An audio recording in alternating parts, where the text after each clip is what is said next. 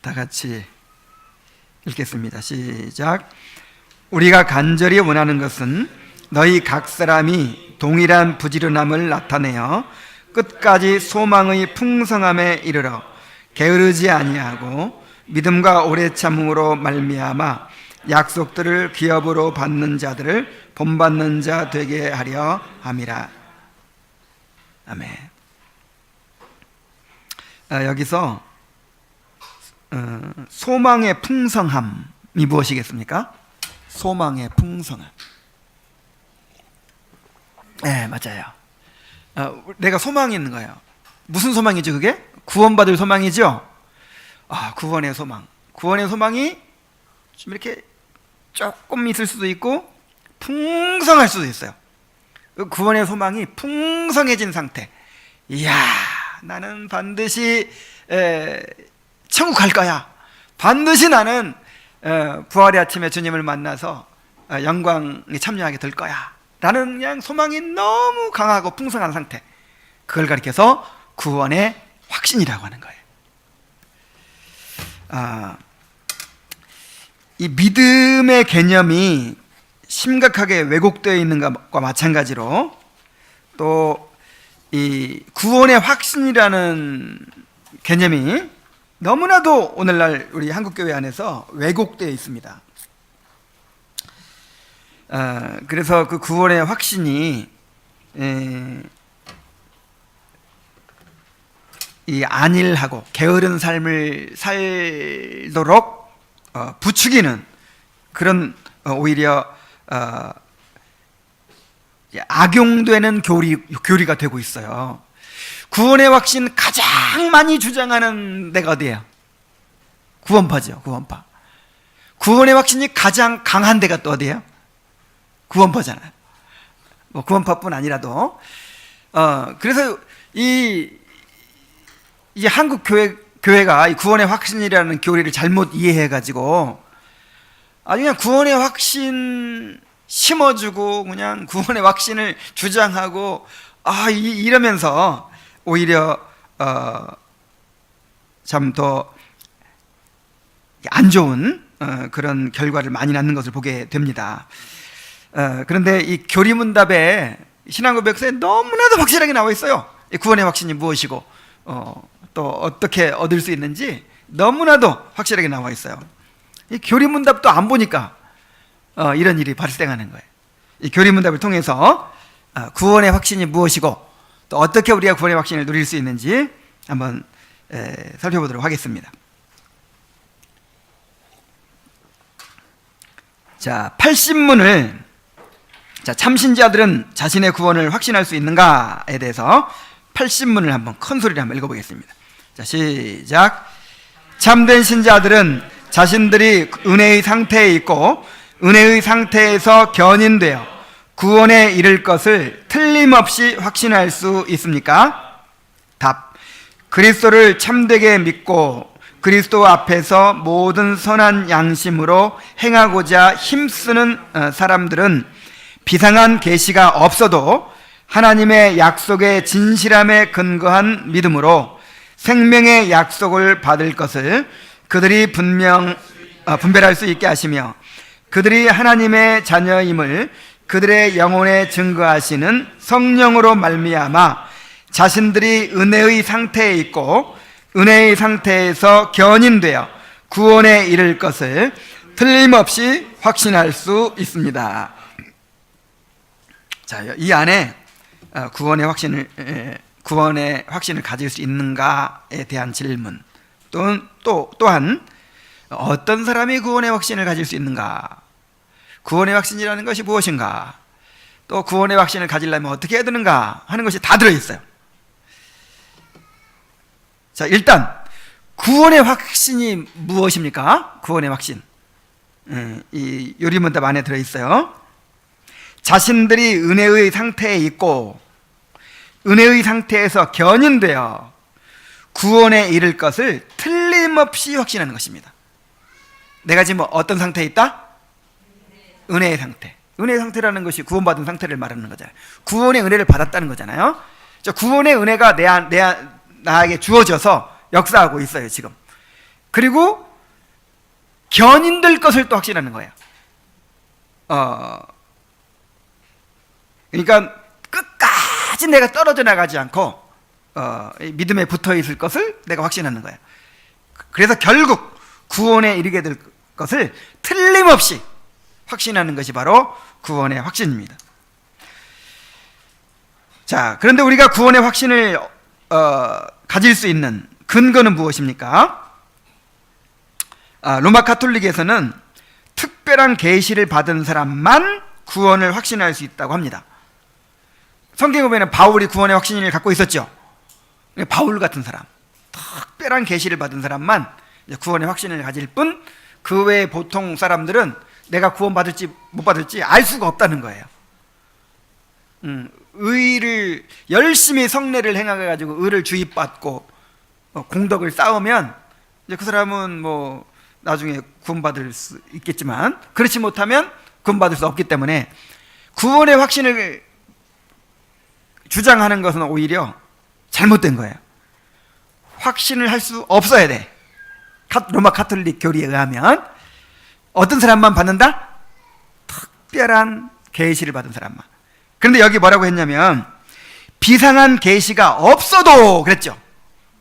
구원의 확신을 가지는 데 있어서 비상한 계시가 필요가 없어요. 특별한 어떤 신비 체험, 병고침 받은 체험, 아니면 뭐 성령께서 나한테 무슨 뭐 말씀해 주셨다, 뭐 이런 거 필요 없어요. 이런 거 필요가 없고, 하나님의 약속의 진실함에 근거한 믿음으로 확신할 수 있어요. 자, 오늘날에도 이렇게 특별한 신비 체험을 확신의 근거로 삼는 사람들이 있습니다. 그래서 내가 무슨 암에서 고침받았다, 내가 무슨 신비 체험을 했다, 내가 불을 받았다, 뭐 이런 거를 이제 구원의 확신을 가지는 근거로 얘기하는 사람들이 있죠. 그런 것은 근거가 될 수 있을까요, 없을까요? 없어요.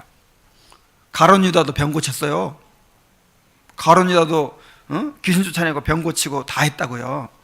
그래서 그런 거는 성령의 외적 역사예요. 외적인 역사. 어떤 기적을 체험하고 신비 체험하고 이런 것이 성령으로부터 온 것이라 할지라도, 이거는 외적인 역사지 일반 은사에 속한 일반 은혜에 속한 것이지, 이것이 구원의 확신의 근거가 될 수가 없습니다. 자, 어떤 것이 근거가 될 수 있냐면 비상한 계시가 없어도 하나님의 약속의 진실함에 근거한 믿음으로 생명의 약속을 받은 것을 그들이 분별할 수 있게 하십니다. 우리가 약속의 말씀을 믿음으로 확신 얻게 하십니다. 약속의 말씀을 믿음으로 확신 얻게 하십니다. 근데 또 여기에 대한 오해가 있어요. 이렇게 약속의 말씀을 믿음으로 확신 얻게 한다고 하니까 내가 그냥 성경 구절을 막 주장하면서 확신을 주장하는 거예요. 내가 진실로 너희에게 이르노니 나를 믿는 자는 죽어도 아니 그게 아니구나. 너희에게 이르노니 나를 믿는 자는 영생을 얻었고 심판에 이르지 아니하나니 사망의 생명으로 옮겼느니라. 내가 이 약속을 주장해야겠다. 그리고 이 약속을 주장하면서 이거 뭐라고? 믿는 자는 영생을 얻는다고 했으니까 나는 믿는 자니까 확신한다고. 이런 식의 주장이 많죠. 조나단 에드워즈가 이 신앙 감정론에서 이것도 잘못된 거라고 했어요. 자, 그러면 어떻게 구원을 확신하게 하십니까? 자, 내가 약속의 말씀을 믿음으로 이제 구원을 확신 얻게 하시는데 하나님께서 어떻게 얻게 하십니까? 그들이 하나님의 자녀임을 그들의 영혼에 증거하시는 성령으로 말미암아 알게 하십니다. 그랬어요. 누구로 말미암아? 성령으로 말미암아. 요한일서 4장 13절에 그의 성령을 우리에게 주심으로 우리가 그 안에 거하고 그가 우리 안에 거하시는 줄을 아느니라 그랬어요. 또 고린도전서 2장 12절에 보면은 우리가 세상의 영을 받지 아니하고 오직 하나님으로부터 온 영을 받았으니 이는 우리로 하여금 하나님께서 우리에게 은혜로 주신 것들을 알게 하려 하심이라. 자, 은혜로 주신 게 뭐예요? 은혜로 주신 거. 물질을 주시고 건강을 주시고 뭐 이런 건가요? 물론 이런 것도 뭐 넓게 이야기가 포함되겠죠. 근데 성경에서 은혜라고 할 때는 항상 이 특별 은혜를 말하는 겁니다. 내가 하나님의 자녀가 되었다는 사실, 내가 구원받았다는 사실, 나를 만세전에 선택하시고 나에게 구원의 은혜를 주셨다는 사실을, 부르심 받았다는 사실을 알게 해주시는 거죠. 성령께서.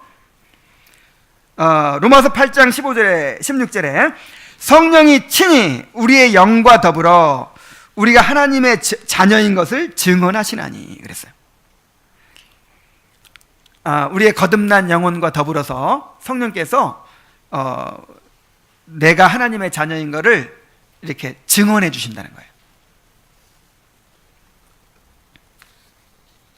자, 어떤 식으로 할까요? 이 성령의 증거하는 방법은 두 가지입니다. 하나는 우리 삶에 나타나는 은혜의 증거들을 통해서 증언하십니다. 자, 은혜의 증거들이 있죠. 예를 들어서 은혜 받은 사람의 특징이 뭡니까? 전에는 그냥 내가 죄인이라는 사실, 내가 심히 부패한 사람이라는 사실을 이론으로 그냥 알았어요. 그런데 어느 날부터 이 죄에 대한 애통이 생기는 거예요. 죄를 더 정말 심각하게 여기게 되고, 죄를 슬퍼하게 되고, 이렇게 애통해하게 되고, 이런 죄에 대한 인식이 생겨나는 것입니다. 또 어떤 것들이 있겠어요? 말씀에 대한 갈망이 생겨나요. 말씀을 사모하게 되고, 또 주님을 갈망하게 돼. 하나님을 알아가고 싶고, 주님을 더 사랑하는 마음이 생겨나고, 또 형제를 사랑하는 마음이 생겨요. 정말 이 구원받은 하나님의 자녀들이 그렇게 사랑스러울 수가 없어요. 뭐 이런, 그리고 죄가 그렇게 미울 수가 없어요. 하나님의 율법을 사랑하게 되고 율법에 따라 살고 싶어져요. 관심사가 달라져. 뭐 이런 거, 이거는 내 결심만으로 된 것이 아니라는 사실을 내가 아는 거죠. 성령께서 내 안에 역사하셔서 내가 이렇게 지금 뭔가 심장이 바뀐 거를 느끼게 되는 거예요. 내 안에 역사하는 은혜의 증거들, 이런 걸 통해서 성령님께서 증언해 주시는 거예요. 그리고 또 한 가지는요, 직접적 증거예요. 그냥 성령께서 내가 구원받은 사람이라는 사실을 그냥 알게 해주시는 거예요. 이런 어떤, 주로 어떤 특별한 성령의 역사를 통해서 그렇게 아는 거죠. 우리가 이런 거를 이런 것만 기대해서는 안 되겠지만은 그런 역사가 있어요, 실제로. 자, 그런데 중요한 것은 어떤 사람들이 확신을 누릴 수 있을까요? 어떤 사람들이? 그리스도를 참되게 믿고 그리스도 앞에서 모든 선한 양심으로 행하고자 애쓰는 사람들이라고 했어요. 자, 구원의 확신을 아무나 누릴 수 있습니까? 아무나 누릴 수 없어요. 심지어 구원받은 그리스도인이라 하더라도 모든 구원받은 그리스도인들이 구원의 확신을 누리는 게 아니에요. 그리스도를 참되게 믿고 그리스도 앞에서 모든 선한 일을 선한 양심을 행하고자 애쓰는 사람들이 확신을 누릴 수 있다고 그랬어요. 오늘 읽은 본문의 말씀 히브리서 6장 11절 12절에 보면 우리가 간절히 원하는 것은 너희 각 사람이 동일한 부지런함을 나타내어 끝까지 소망의 풍성함을 이르러. 자, 소망의 풍성함에 이르려면 어떻게 한다고요? 부지런함을 나타내야 된다. 부지런히 성화를 추구하는 사람이 확신을 누릴 수 있다 이 말이죠.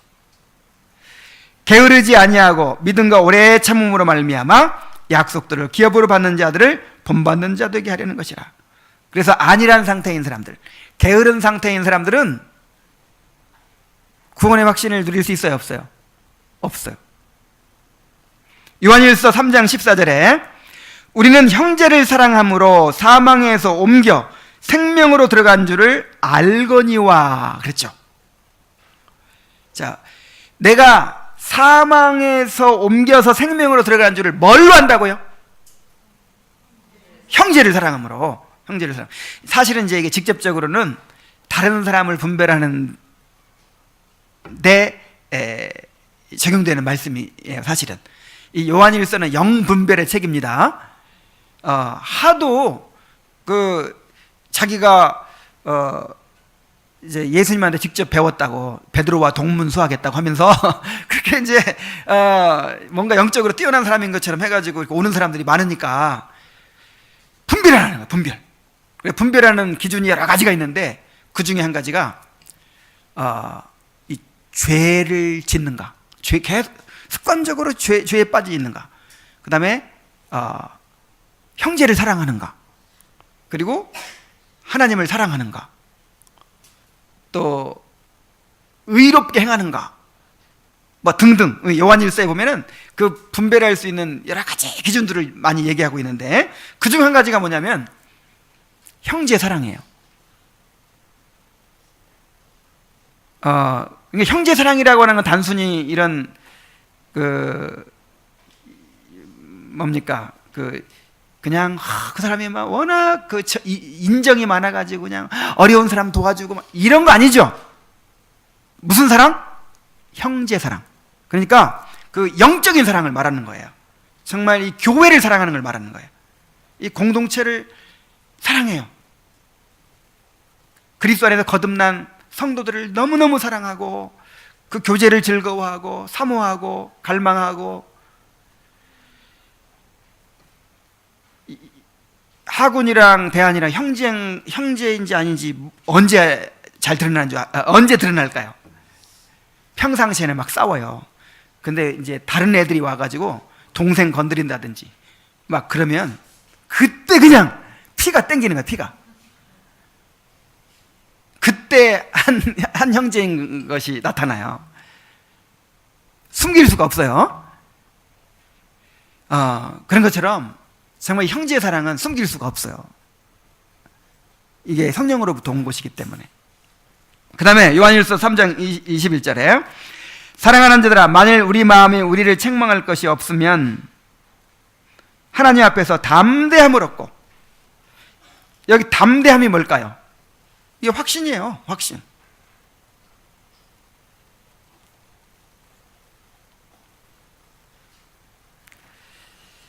자, 우리 마음이 우리를 책망할 것이 없을 때 뭘 얻어요? 담대함을 얻어요.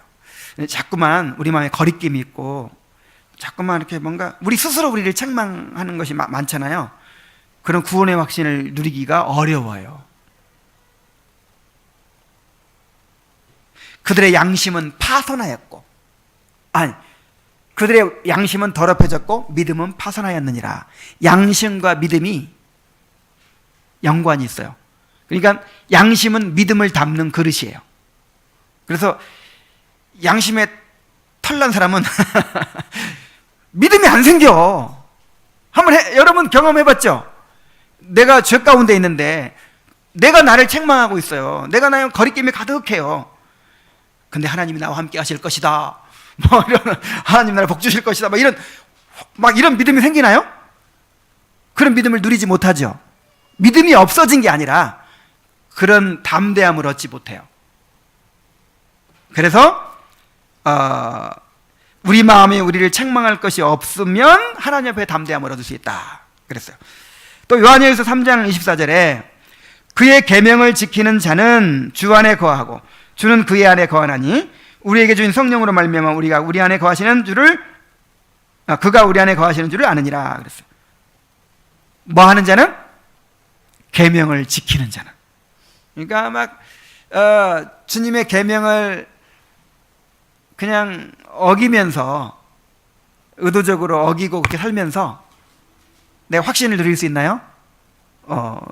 누릴 수 없어요. 그의 계명을 지키고자 힘쓸 때 우리가 확신을 누릴 수 있어요. 여러분 오해하지 마십시오. 지금 여기 나중에도 나오지만 이렇게 해야 구원받는다, 이렇게 해야 이런 얘기가 아니죠. 지금 구원과 관계가 없이 확신을 누리느냐 못 누리느냐 요 얘기하고 있어요. 지금 워낙 우리 한국 교인들은요 구원과 구원의 확신을 동일시해요. 그래서 요 말도 잘 이해가 안 될 거야. 구원과 구원의 확신을 동일시해. 달라요. 나중에 나옵니다. 자, 그래서 육신적이고 안일하게 살아가는 사람들은 구원의 확신을 누릴 수가 없어요. 요한일서 2장 10절로 11절에 그의 형제를 사랑하는 자는 빛 가운데 거하여 자기 속에 거리낌이 없으나 그의 형제를 미워하는 자는 어둠에 있고 또 어둠에 행하며 갈 곳을 알지 못하나니 이는 그 어둠이 그의 눈을 멀게 하였습니다. 자, 이게 무슨 얘기예요? 주의 계명을 지키고 형제를 사랑하는 자는 빛 가운데 거하게 됩니다. 빛 가운데 거한다는 밝아진다. 밝아서 보여요. 하나님이 보이고 그 은혜, 성령께서 행하시는 그 은혜의 열매들이 보여요. 분별이 돼요. 근데 죄 가운데 있고 형제를 미워하고 막 이런 상태에 있으면 눈이 어두워져 봐. 눈이. 그래가지고 보여요 안 보여요?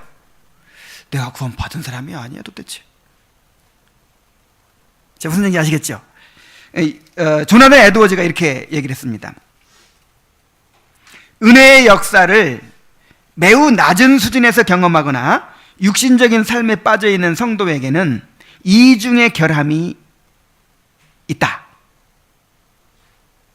그러니까 구원 받았어도 은혜를 경험하는 수준이 낮아. 이렇게 낮거나 이 육신적인 삶 가운데 빠져 있으면 이중적인 결함이 생겨요. 한 가지는 은혜의 수준이 너무 낮으니까 싹이 났는데 너무 작아가지고 이 난 거야 아니야 이게 풀이야 뭐야 이 잘 분별이 안 돼요. 그리고 나의 그 영적 시각도 어둡고, 자, 은혜의 열매도 너무 희미하고 내 시각도 어둡고 이중적인 결함, 그것 때문에 확신을 누리지 못한다는 거예요.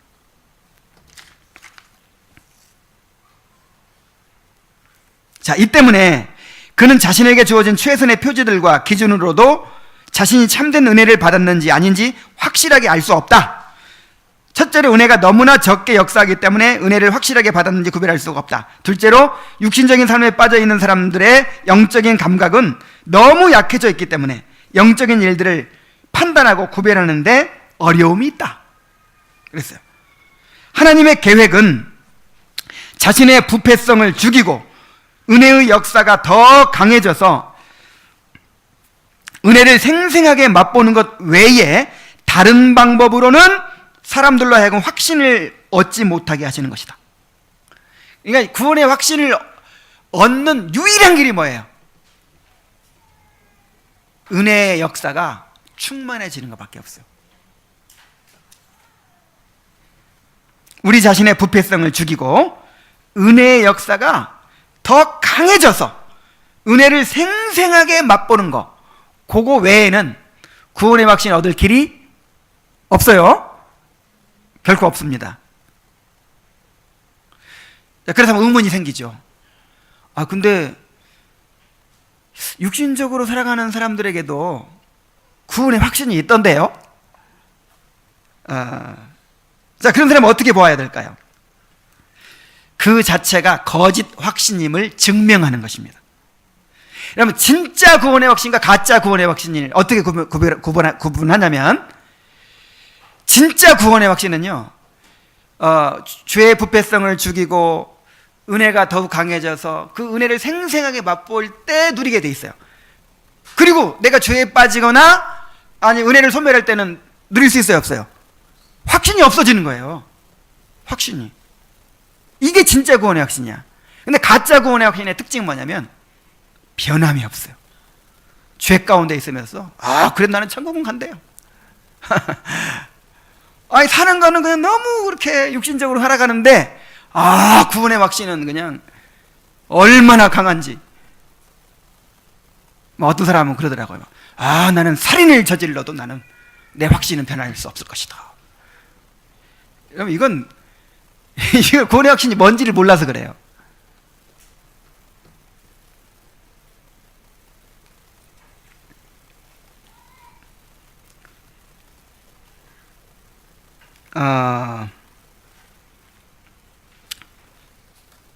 자, 조나단 에드워즈의 말을 또 한번 인용을 해볼게요. 은혜의 역사를 매우 낮은 수준에서 경험하거나 하나님에게서 크게 벗어나서 생명력이 없는 육신에 속한 비그리스도인적인 삶에 빠져 있는 사람들은 영적으로 자신들이 건전한 상태에 있음을 확실하게 인식시켜줄 수 있는 표지들을 기대해서는 안 된다. 그러니까 죄에 빠져 있는 사람은 구원의 확신은 기대해서는 된다 안 된다? 안 된다는 거죠. 그런 사람들 스스로가 영적으로 건전한 상태에 있는지 아닌지를 아는 것은 하나님의 의도가 아니다. 또한 그들이 그것을 알아야만 한다는 것도 바람직하지 않다. 오히려 그들이 알지 못하는 것이 모든 면에서 최선이다.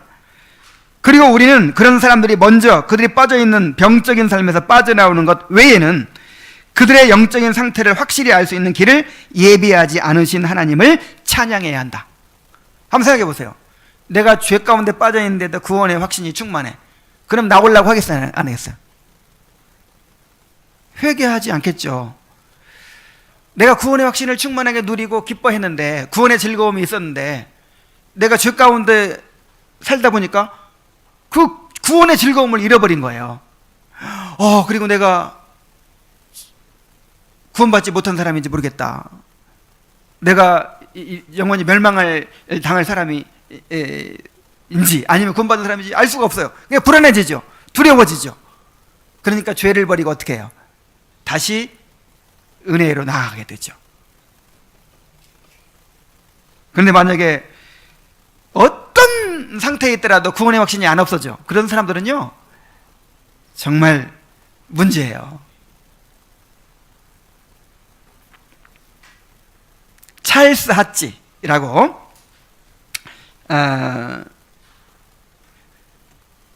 이 장로교 신학자로서 아주 유명한 사람이 있어요. 조직 신학자인데, 자, 웨스트민스터 신앙고백서 해설에서 참된 구원의 확신과 거짓 구원의 확신을 어떻게 구별할 수 있는가를 얘기했어요. 자, 이렇게 구별하십시오. 네 가지 구별법이 있어요. 첫째, 참된 확신은 겸손을 낳는다. 그러나 그릇된 확신은 영적 교만을 낳는다. 자, 구원의 확신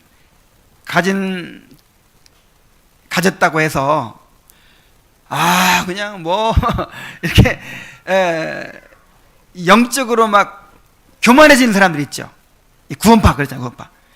구원파는 사람들 찔러요. 이렇게 구원의 확신 있어요 없어요? 그래가지고 없다고 하면 이제 자기들 밥이라고 생각하는 거예요. 구원의 확신이 있는 것을 큰 벼슬로 생각해가지고 아주 그냥 구원의 어떤 보장으로 생각해가지고 그렇게 자랑을 하고 막 그래요. 이게 가짜 확신이라는 증거입니다. 참된 확신은 뭘 낳는다고요? 겸손을 낳아요. 정말 자신의 죄를 더 깊이 깨닫고 정말 내가 아무것도 아니라는 것을 알게 되고 하나님 앞에 자기를 낮추죠. 정말 온유하게 되죠. 두 번째, 참된 확신은 성화를 위한 열심을 낳는다. 그러나 그랬던 확신은 게으름과 방종을 낳는다. 자, 로마 카톨릭에서 구원의 확신 교리를 저주하는 이유가 있어요. 왜냐하면 나는 천국행 티켓을 땄다. 이제 나는 어떻게든지 천국 간다 이런 확신이 있으면 누가 경건하게 살려고 하겠냐. 이게 누가 성화를 위해 힘쓰고 주님께 헌신하려고 하겠느냐 이거예요. 몰라야 구원받으려고 힘쓰고 애쓰고 노력하지. 이게 이제 그 율법주의자들의, 행위주의자들의 주장이거든요. 근데 실제로 구원의 확신이 있는 사람은 그렇지 않아요. 구원의 확신 때문에 참된 예배를 드리고, 구원의 확신 때문에 더 헌신하고, 더 인내하고, 더 자기를 희생하고 헌신하게 되는 것입니다. 근데 가짜 구원의 확신은 어떻게 된다고요? 안일해져요.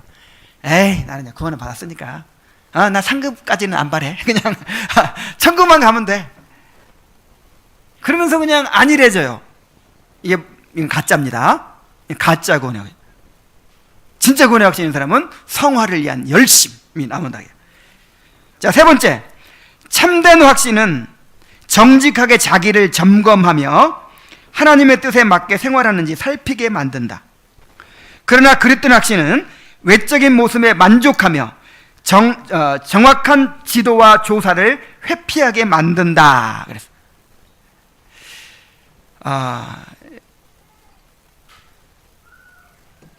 제가 이렇게 산상순 설교 들었죠. 설교 들어보면은 이렇게 막 찔림을 받게 하는 설교가 있잖아요. 그때 반응이 두 가지로 나와요. 그걸 시원하게 생각하는 사람들이 있어요. 그거를 막 달게 생각하고 시원하게 생각하고 그거를 자기를 살피는 그런 계기로 삼는 거예요. 그럼 그걸 은혜 받아요. 은혜. 그러니까 때로는 막 강력하게 이런 사람은 구원받은 사람이 아닙니다. 막 이렇게 이렇게 얼마나 막 강하게 이렇게 할 때 그걸 달게 여기고 그걸 자기를 살피고 이런 사람이 있고 굉장한 거부감을 가진 사람이 있어요. 나는 확신이 있는데 왜 확신을 흔들려고 그래? 왜 확신을 흔들어? 저 웃는 사람도 약간 옛날에 아주 나는 확신하고 있는데 왜 자꾸 있는 확신을 흔드냐는 거야. 그냥 막 거부감을 가지고 막 반발을 하고 막 그래요. 가짜 확신. 그러니까 참된 확신은 정직하게 자기를 점검하고 또 자기를 살핀다는 거예요. 너희가 믿음에 있는가 너희 자신을 시험하고 확증하라 그랬잖아요. 그래서 이런 설교를 들을수록 막 더 시원한 거예요, 마음이. 혹시 거부감 들고 막 이런 분 있어요? 그 다음에 마지막 네 번째, 참된 확신은 하나님과의 교제를 끊임없이 갈망하게 만든다. 그러나 그릇된 확신은 그것을 열망하지 않는다. 나는 이제 확신이 있어. 어떻게든 나는 구원을 받아. 그리고는 하나님께 대한 갈망이 없어. 가짜 확신. 진짜 확신을 가진 사람은 그렇게 하나님과 교제하기 원하고 말씀 듣기 원하고 그렇게 은혜를 사모하게 되는 거예요. 이렇게 구분하시기 바랍니다. 자, 그렇다면 참 신자들은 구원을 항상 확신할 수 있는가? 물론 답이 이미 나와 있죠. 답이 나와 있지만 한 번 더 이렇게 이제 명백하게 또 이야기를 합니다. 81문을 다 같이 읽겠습니다. 시작. 모든 참된 신자들은 현재 은혜의 상태에 있으며 장차 구원받으리라고 항상 확신합니까? 답. 은혜와 구원의 확신은 믿음의 본질에 속한 것이 아니기 때문에 참된 신자들이 확신을 얻기까지는 오랜 시간이 걸릴 수 있으며 그들의 은혜와 구원의 확신을 누리게 된 이후에도 심신의 여러 병약함, 죄, 유혹, 탈선으로 확신이 약해지거나 일시적으로 중단될 수 있습니다. 그러나 하나님의 성령께서 그들과 항상 함께 하시고 그들을 도우시기 때문에 참된 신자들은 결코 완전한 절망에 빠지지 않습니다. 자, 여기 중요한 말이 있어요. 은혜와 구원의 확신은 믿음의 본질에 속한 것이 아닙니다 라는 말. 자, 이 말이 무슨 말이냐면 오늘날 한국의 그리스도인들은 믿음과 확신을 동일시해요. 또 구원과 구원의 확신을 동일시해요. 그래서 질문이 뭐예요? 구원의 확신이 있습니까? 아, 있습니다. 그럼 당신 구원받았군요. 그렇게 얘기하잖아요. 그리고 믿음이 있으면 뭐가 있어야 한다? 확신이 있어야 한다고 생각하는 거예요. 그러나 달라요. 본질이 아니에요. 본질이.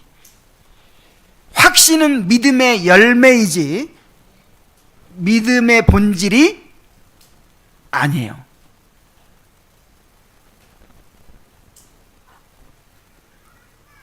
다시 말하면 확신이 곧 믿음이 아니고 구원의 확신이 곧 구원이 아니라는 것이죠. 따라서 믿음이 있어도 확신이 없을 수 있고 확신이 있지만 믿음이 없을 수도 있어요. 또 구원의 확신이 있어도 구원받지 못한 사람이 있을 수 있고 구원받았는데 구원이 확신이 없는 사람들도 있어요. 달라요. 본질이 아니에요. 구원의 확신은 믿음의 열매이기 때문이죠. 확신은 믿음 이후에 오는 것입니다. 에베소서 1장 13절에 보면은 그 안에서 너희도 진리의 말씀 곧 너희의 구원의 복음을 듣고 그 안에서 또한 믿어 약속의 성령으로 인치심을 받았으니 그랬어요. 로이드 존스 목사님은 여기서 인치심을 확신으로 해석을 했습니다. 그러니까 믿고 나서 성령의 인치심을 받는 거예요. 넌 내 거다. 도장을 딱 찍어주는 거죠. 그게 이제 우리한테는 뭘로 다가오는 거예요? 확신으로. 성령께서 증거해 주시는 거죠. 뭐 후에? 믿음 후에. 그래서 참된 신자들이 확신을 얻기까지는 오랜 시간이 걸릴 수 있어요. 이사야 50장 10절에 보면은 너희 중에 여호와를 경외하며 그의 종의 목소리를 청중하는 자가 누구냐? 흑암 중에 행하여 빛이 없는 자라도 여호와의 이름을 의뢰하며 자기 하나님께 의지할지어다. 자, 흑암 중에 행하여 빛이 없는 자, 확신이 없는 자, 뭔가 아무것도 안 보이는 거예요. 내가 과연 하나님의 택한 백성인지, 내가 이대로 구원을 받을 수 있을 것인지, 그냥 깜깜해요. 빛이 없어요. 그래도 어떻게 하라고요? 하나님을 의지하라고요. 하나님. 또 시편 88편 14절에 오면은 여호와여 어찌하여 나의 영혼을 버리시며 어찌하여 주의 얼굴을 내게서 숨기시나이까. 시편 기자가 이렇게 하나님의 직접 계시를 받는 이 선지자가 이런 고백을 하는 거예요. 어찌하여 나를 버리시며 어찌하여 주의 얼굴을 숨기시나이까. 그러니까 그 순간만큼은 지금 자기가 뭐한 느낌이에요? 버림받은 느낌, 확신을 잃어버린 상태. 자, 다윗도 확신을 잃어버린 상태에 있어요, 없어요? 있어요. 누구라도 있어요. 저도 있어요. 저도 어떨 때 나도 열심히 설교만 하고 남은 구원하고 자기가 도리어 버림받는 자가 되는 거 아닌가 하는 두려움이 있어요. 저도.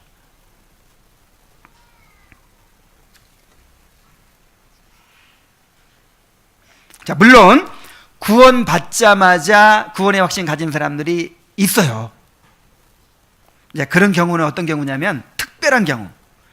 구원받기 전에 그 첼로 역정의 그 주인공처럼 영혼의 고뇌를 오랫동안 경험했던 사람, 그 투쟁과 고뇌, 갈등과 그 고뇌를 오랫동안 경험하고 씨름했던 사람이 감격적으로 복음을 깨달았을 때 그렇게 구원받자마자 확신을 얻게 되는 경우가 있어요. 또한 부흥의 시대, 대부흥의 시대에 성령께서 강력하게 역사하셔서 그 회심의 체험이 굉장히 강렬한 사람들 있죠. 회심의 체험을 다 그렇게 기대해서는 안 돼요. 놀라운 부흥과 회심 이야기에 나오는 그 회심의 체험들 보면서 아이고 나는 회심하지 않았나 봐 막 그럴 필요 없어요. 모든 사람이 그렇게 회심하는 거 아니에요. 이제 그 부흥의 시대에 특별히 하나님께서 막 성령을 부어주실 때 그런 체험들이 있는 겁니다. 그런 사람들은요 회심하자마자 막 확신을 누리는 거예요. 그러나 대부분의 사람들은 오랜 시간이 걸립니다. 그리고 회심도요 점진적으로 이루어져요. 물론 이제 그 생명을 얻는 순간은 딱 있을지 모르겠지만은 회심의 경험도 점진적이에요.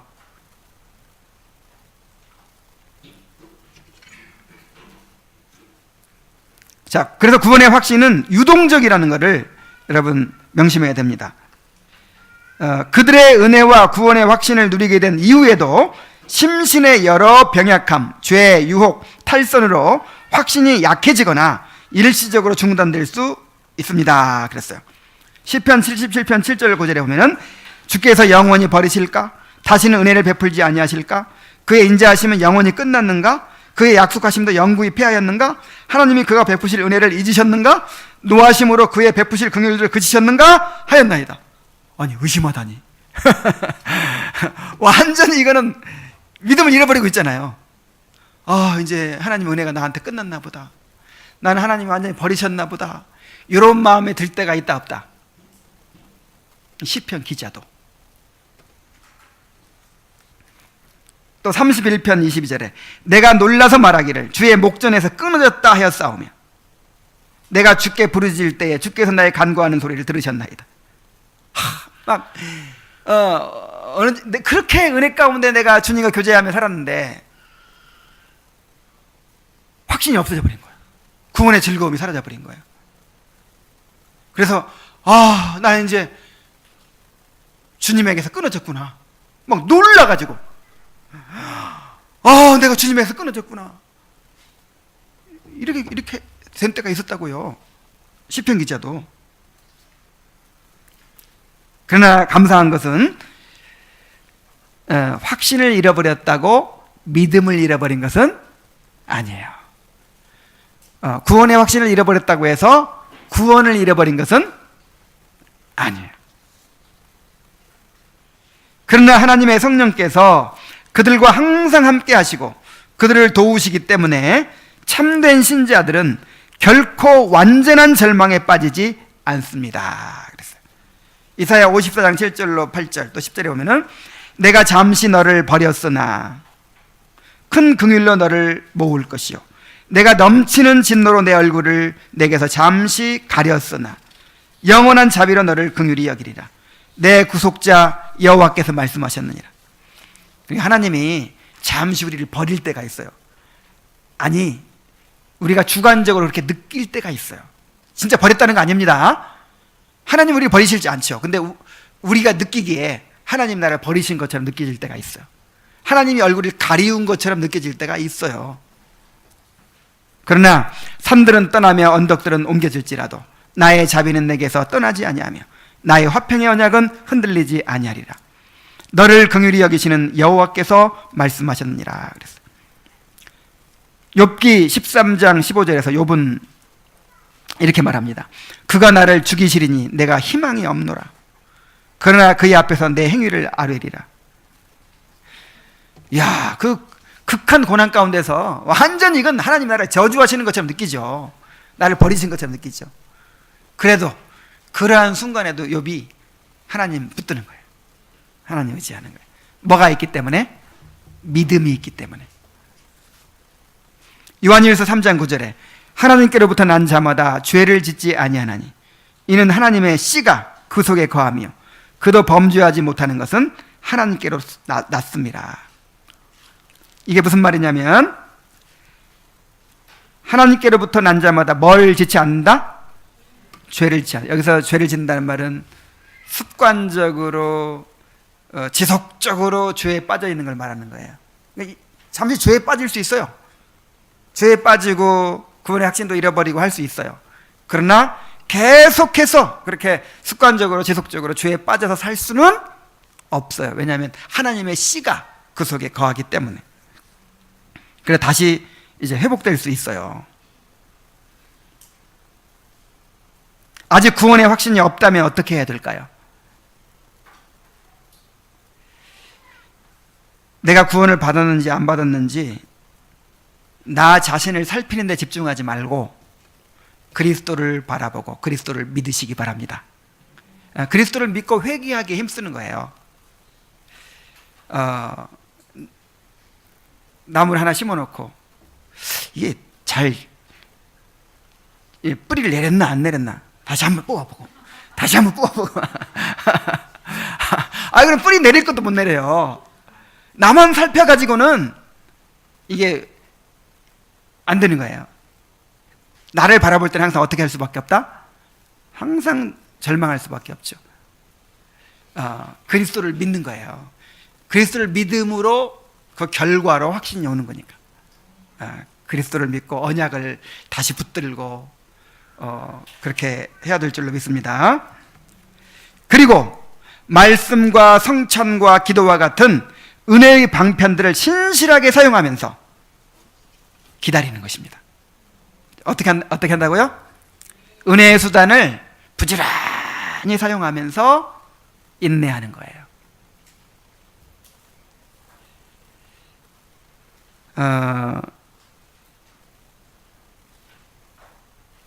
이 확신이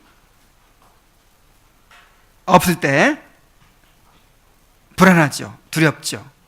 그때 믿음 있는 사람과 믿음 없는 사람이 어떻게 구분되냐면, 확신이 없으니까 나는 어차피 택함받지 못한 사람인가 보다 하면서 그냥 죄에 빠져버리는 거예요. 하나님을 멀리 해버리는 거예요. 이 사람은 뭐가 없는 사람이야? 믿음이 없는 사람이죠. 근데 확신이 없으니까, 불안하고 두려우니까 그리스도께 나오는 거예요.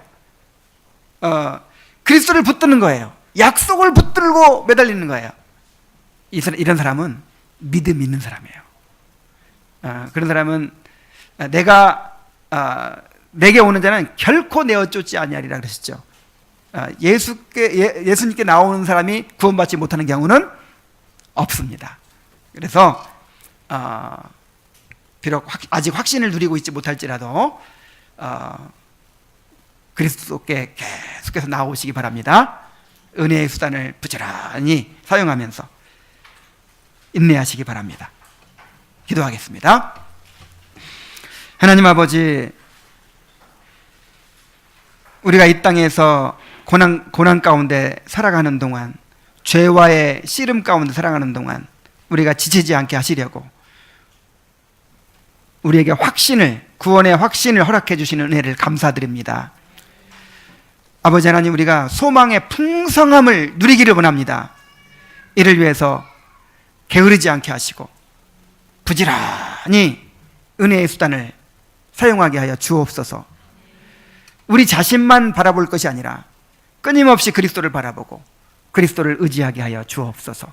우리 성도들이 구원의 확신을 얻고 또 구원의 즐거움을 누리는 그런 행복을 누리게 하여 주옵소서. 예수님의 이름으로 기도하옵나이다.